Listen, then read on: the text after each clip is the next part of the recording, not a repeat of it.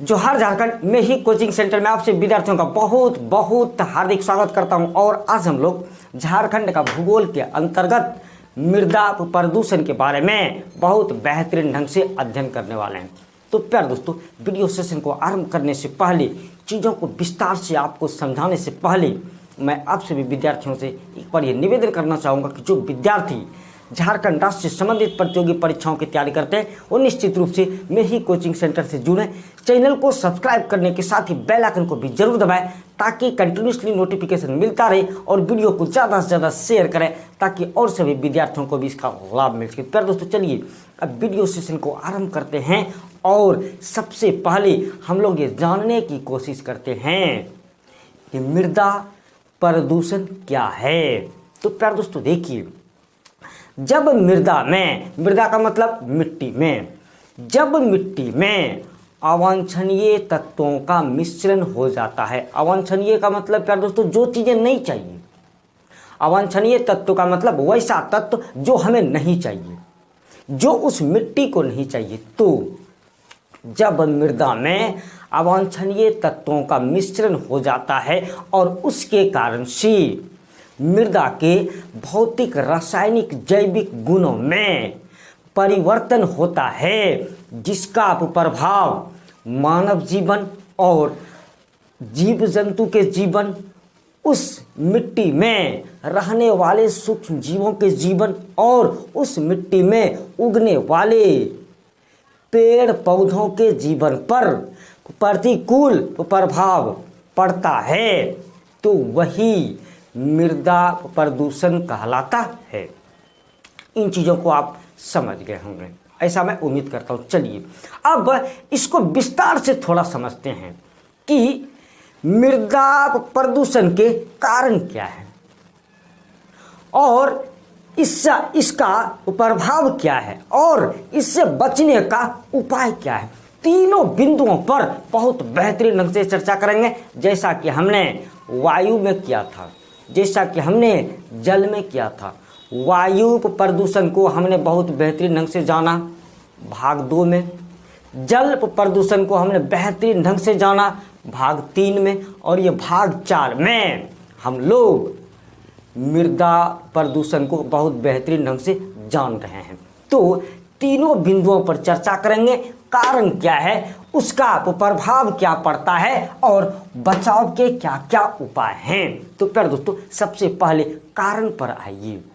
तो जब हम कारण की बात करेंगे तो सबसे पहले हम जिक्र करेंगे कि मिट्टी को दूषित करने में सबसे बड़ी भूमिका रासायनिक और कीटनाशक का जो हम उपयोग करते हैं खेतों में, रसायन का और कीटनाशकों का जो हम उपयोग करते हैं, वह सबसे बड़ा कारण है मृदा प्रदूषण का। सबसे बड़ा कारण है, मतलब खाद का तो हम प्रयोग कर रहे हैं, उर्वरक का उपयोग कर रहे हैं। क्यों कर रहे हैं? क्योंकि अपने को उर्वरता चाहिए, उस मिट्टी में उर्वरता चाहिए। तो और कीटनाशकों का भी बेतहाशा उपयोग कर रहे हैं। तो इन दोनों के उपयोग से मृदा प्रदूषण की समस्या उत्पन्न हो गई है। अगला, प्लास्टिक बैग का प्रयोग बहुत ही खतरनाक है प्यारे दोस्तों। प्लास्टिक बैग और वन टाइम जो प्लास्टिक बैग हैं, हम लोगों का तो ऐसा आदत हो गया है, मार्केट जाएंगे थैली लेकर नहीं जाएंगे, जैसे लगे कि इज्जत का बात है। बस खाली जाना है, पैकेट में हाथ डाल के खाली चले जाना है, बस पर्स ले लेना है अपना और चले जाना है। जो भी सामान चाहिए सामान हम लोगों ने ले लिया और बस वन टाइम बैग में भरकर वहाँ से चले आए। और वो वन टाइम बैग की क्या उपयोगिता है? वो तो फिर मैंने लाया 1 किलो आलू लाया, उसे किचन में रखा और फिर उसे किचन में उसे फिर खाली करेंगे, क्योंकि सब्जी को रखने के लिए एक अलग स्थान है किचन में। तो हमने उसे उसमें रख दिया और फिर उसके बाद वो वन टाइम प्लास्टिक जो वो क्या हो गया, कचरा हो गया। अब वो कहाँ जाएगा, या तो जल में जाएगा या तो मिट्टी में जाएगा। जहां भी जाएगा उसे भयंकर रूप से गंदा कर देगा, क्योंकि आपको मालूम है प्लास्टिक को डिकम्पोज होने में लाखों साल का समय लगता है। तो वो तब तक में क्या कर रहा है प्यारे दोस्तों, वो तब तक मिट्टी को गंदा कर रहा है। तो प्लास्टिक बैग का प्रयोग, खास करके वन टाइम प्लास्टिक बैग का प्रयोग बहुत ही खतरनाक है और इससे मृदा प्रदूषण की समस्या उत्पन्न हो रही है।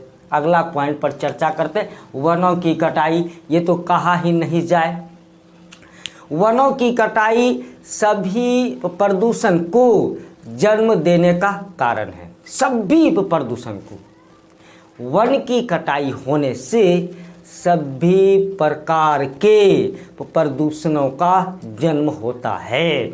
इस पॉइंट को तो समझाने की कोई आवश्यकता ही नहीं है। अगला, जल प्रदूषण। क्यों भाई, इसको हमने इसमें क्यों शामिल किया, क्योंकि जब पानी गंदा रहेगा और वो पानी जब मिट्टी में जाएगा तो वह उस मिट्टी को भी गंदा करेगा। तो जल प्रदूषण भी मृदा प्रदूषण का कारण है। अगला, विस्फोटकों का प्रयोग खदानों में, खास करके खदानों में अब क्या करते हैं, विस्फोटकों का उपयोग करते हैं। किसके लिए, चट्टानों को तोड़ने के लिए। अरे भाई, उससे अच्छा आप लेबर लगा दो ना, कुछ ज़्यादा लेबर लगा दो। बहुत बड़ी समस्या है, बहुत बड़ा चट्टान है, तब आप विस्फोटकों का प्रयोग करो। लेकिन आजकल तो क्या होता है, ह्यूमन रिसोर्स का कम से कम उपयोग हो, मानव संसाधन का कम से कम उपयोग हो। कंपनियों वाले यही चाहते हैं, और छोटा सा विस्फोटक का प्रयोग हम कर दें, बहुत बड़ा चट्टान टूट जाए। तो बेतहाशा विस्फोटकों का प्रयोग करने से भी मिट्टी गंदी होती है, मृदा प्रदूषण की समस्या उत्पन्न हो रही है। चलिए प्यारे दोस्तों, आगे देखते हैं झूम कृषि। झूम कृषि के बारे में तो आप लोग जान ही रहे हैं। जंगल की कटाई करनी है, कृषि करनी है, जंगल की कटाई करनी है, कृषि करनी है। तो झूम कृषि भी मृदा प्रदूषण का बहुत बड़ा कारण है, और इस कृषि पर नियंत्रण किया जाना चाहिए। लोगों को समझाया जाना चाहिए कि वनों को काटकर हम कृषि कार्य ना करें। लोग जंगल लगाते हैं, हम लोग वन को काटकर कृषि कार्य करते हैं। तो ये बात सही नहीं है। मृदा कटाव, मृदा कटाव को भी, मिट्टी के कटाव को भी हम लोग मृदा प्रदूषण की कैटेगरी में शामिल करते हैं। तो प्यारे दोस्तों, ये 7 कारण थे। कारण तो बहुते हो प्यारे दोस्तों, लेकिन ये 7 मुख्य कारण जिसका मैंने जिक्र किया, जिससे मिट्टी गंदी हो रही है, प्रदूषित हो रही है। अब देखते हैं प्यारे दोस्तों, इसका क्या इफेक्ट पड़ता है, इसका क्या प्रभाव पड़ता है। तो प्यारे दोस्तों देखिए, मृदा की गुणवत्ता में कमी स्वाभाविक है।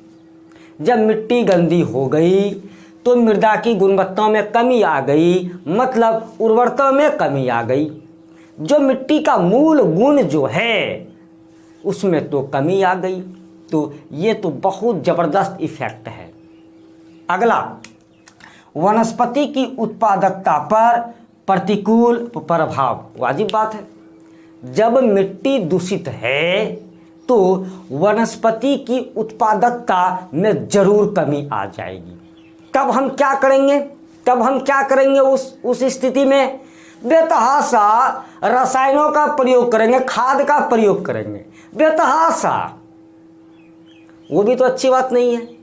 तो ये इफेक्ट बोल रहा है कि वनस्पति की उत्पादकता बिल्कुल भी कम हो जाएगी अगर यदि मिट्टी दूषित हो जाएगी। अगला पॉइंट, जैव विविधता का ह्रास। वाजिब बात है, जैव विविधता का ह्रास भी हो जाएगा। जैव विविधता का ह्रास मतलब जो ये बैलेंस है, जो ये जीवन में बैलेंस है, वनस्पति और जीव जंतु में जो ये बैलेंस है, उस बैलेंस में, विविधता में कमी आ रही है। वाजिब बात है।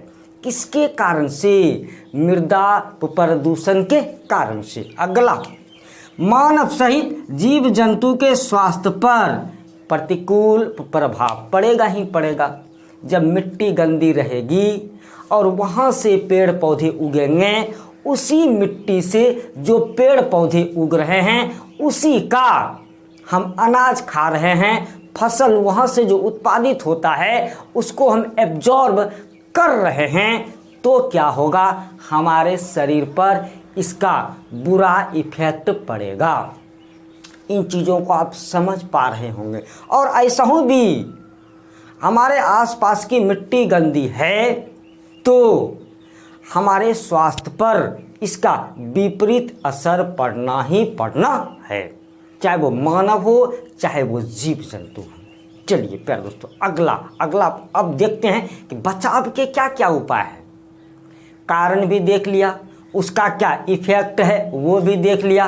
अब बचाव के भी तो कुछ उपाय होने चाहिए।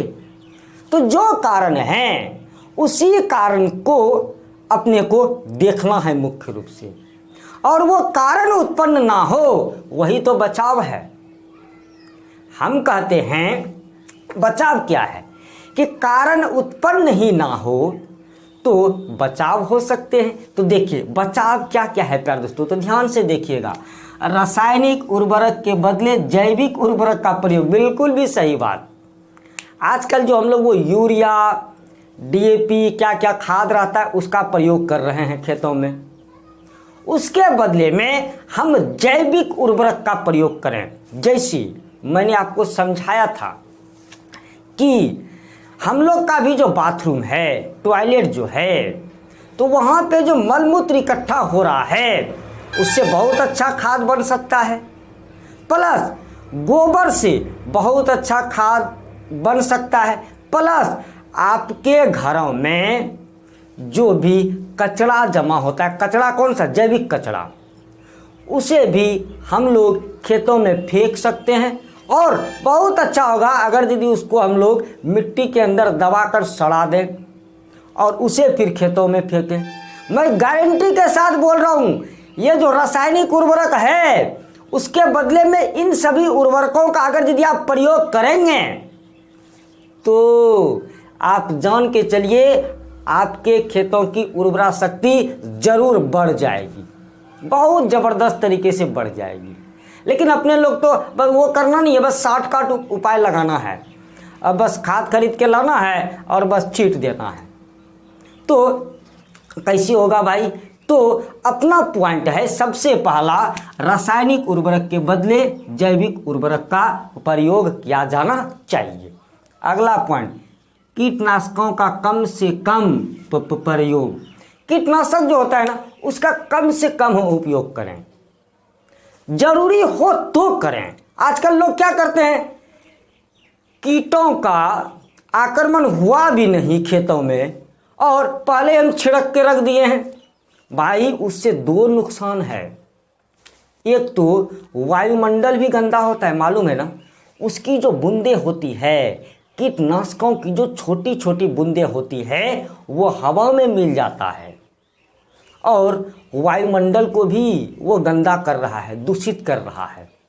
दूसरा, वो मिट्टी में भी जा रहा है बहुत। उसके बाद मिट्टी को भी गंदा कर रहा है। उसके बाद वो पानी के द्वारा बहते हुए जल में भी जा रहा है, जल को भी गंदा कर रहा है। कितना ज़्यादा ये खतरनाक है। तो कम से कम उपयोग करें, हम कम से कम उपयोग करें। कीटनाशकों का कम से कम उपयोग करना चाहिए। प्लास्टिक बैग का कम से कम उपयोग। प्लास्टिक बैग का मैं तो बोलता हूँ सरकार को ऐसी नीति लानी चाहिए कि प्लास्टिक बैग का बिल्कुल भी बंद हो जाना चाहिए। और खास करके वन टाइम प्लास्टिक बैग सरकार, मुझे याद है नीतियाँ भी लाती है सरकार, लेकिन मालूम है क्या होता है, उसका इम्प्लीमेंटेशन नहीं हो पाता है। पता नहीं फॉल्ट किधर है। और जब पूरा तरीका से जब मिट्टी गंदी हो जाएगी, प्लास्टिक बैग से जब तबाह हो जाएंगे लोग, तब उसके बाद फिर बहुत ज़बरदस्त कानून जब तब थोपा जाएगा जनता के दिमाग पर। तो हमारी तो गलती नहीं है भाई, मैं तो वन टाइम प्लास्टिक बैग का उपयोग नहीं करता हूँ, मुझे शर्म नहीं आती, मैं तो थैला लेकर निकलता हूँ मार्केट जब भी जाता हूँ, तो उस समय मेरे भी ऊपर थोपा जाएगा। तो बात यह है कि प्लास्टिक बैग का कम से कम उपयोग करें और संभव हो तो प्लास्टिक बैग का उपयोग नहीं करें। और आज से आप लोग भी कसम ले लें कि वन टाइम प्लास्टिक बैग का उपयोग नहीं करना है।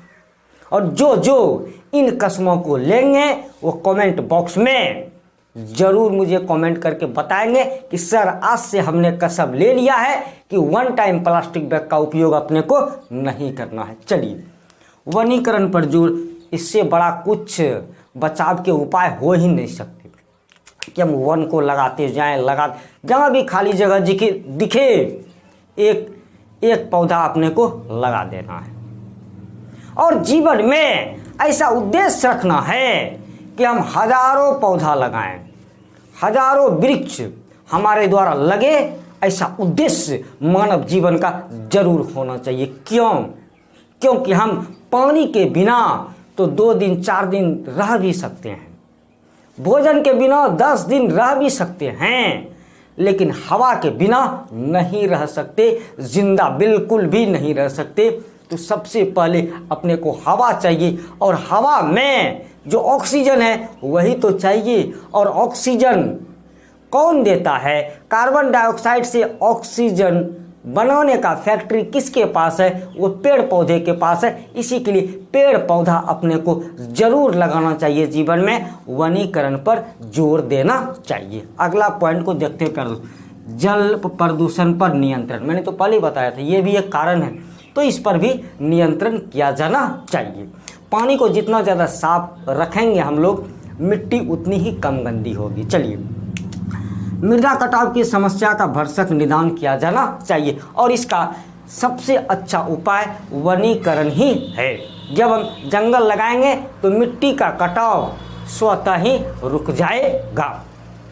तो प्यार दोस्तों, उम्मीद करूंगा ये वीडियो सेशन आपको बहुत अच्छा लगा होगा। मैंने तीनों पॉइंट में आपको समझाने का प्रयास किया और आप जरूर समझे होंगे। कहीं पर भी समझने में कोई भी प्रकार की किसी भी प्रकार की समस्या हुई होगी तो मुझे कमेंट करके ज़रूर आप लोग सूचना दीजिएगा। तो प्यार दोस्तों, आपसे विद्यार्थियों के उज्जवल भविष्य की कामना करता हूं। आप सभी विद्यार्थी अपने लक्ष्य की प्राप्ति में जरूर सफल हो, अच्छी नौकरियां आप लोग लें। ईश्वर से बारंबार प्रार्थना करता हूं। जिन विद्यार्थियों ने इस वीडियो को देखा, बहुत बहुत धन्यवाद देता हूं। जय हिंद, जय झारखंड।